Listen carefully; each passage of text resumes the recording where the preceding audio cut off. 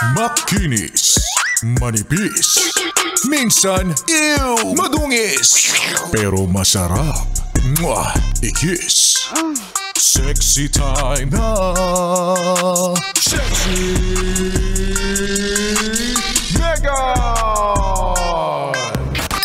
Happy Monday mga yes friend! Oh my God! Umaga na naman, panibagong araw, panibagong laban. Ay nako, wag niyo na akong tanungin kung kailan ang championship. Hindi rin natin alam pare-pareho. Basta habang may buhay, may laban. Ano daw? Magandang umaga, it's a beautiful Thursday morning para sa ating lahat. At opo, ngayong araw ng Thursday, alam nyo, wag nyo na akong tanungin kung para kanino pa ako bumabangon. Ha? Wag na. Kasi kung ako lang, kung wala akong pasok ngayon, aba hindi talaga ako babangon, be. Maghapon akong gumugulong-gulong sa kama. Occasionally, paminsan-minsang sisilip sa Facebook, sa Messenger. Pag may nag-message, hindi ko papansinin. Wala akong pasok eh. Ha?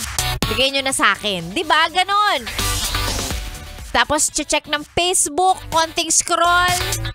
Check ng TikTok, konting scroll, tas matutulog ulit. Ang sarap.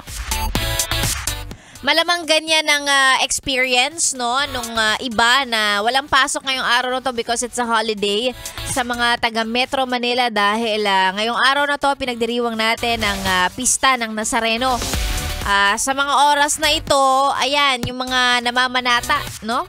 Sa itim na Nazareno dyan sa Quiapo, andyan sila. Ang daming mga road closure around Metro Manila. So kung ako sa'yo, kung wala ka namang importanteng pupuntahan sa Metro Manila o kung may jowa kang taga Metro Manila at alam mo namang sarado na yung mga daan papunta sa kanila, this is the perfect day para sabihin sa kanya na, babe, hindi kita mapupuntahan, hindi kita madadalaw ha, hindi ako makakadaan dyan eh. Ito na yung perfect na araw para puntahan mo yung isa mong jowa na wala sa Manila. Charot! Ay nako, magandang umaga. Like I said, no, holiday ngayon, walang pasok yung ilang mga establishmento, ibang mga taga Metro Manila.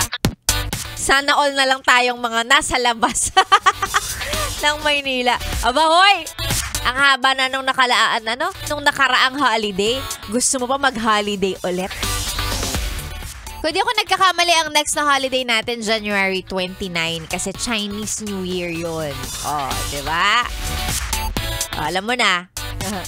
Ngayong araw na to, kung nasa normal, no, na routine ka o normal na routine ang inyong ginagawa, opo, and of course, as usual, Sexy Megan ulit ang inyong kasama hanggang mamayang tanghali. Sa mga gustong magpa-shoutout, libreng-libre lang, isend sa ating Facebook page, DJ Megan Yes FM. Huwag kalimutang i-follow at i-like ang page na yan. Malay mo, namimigay pala ako ng 500 pesos ngayon, hindi natin sure. Hindi ko rin sure, kaya i-check ko pa.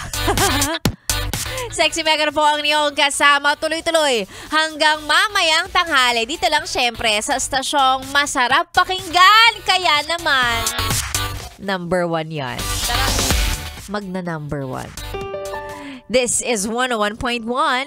Yes, FM.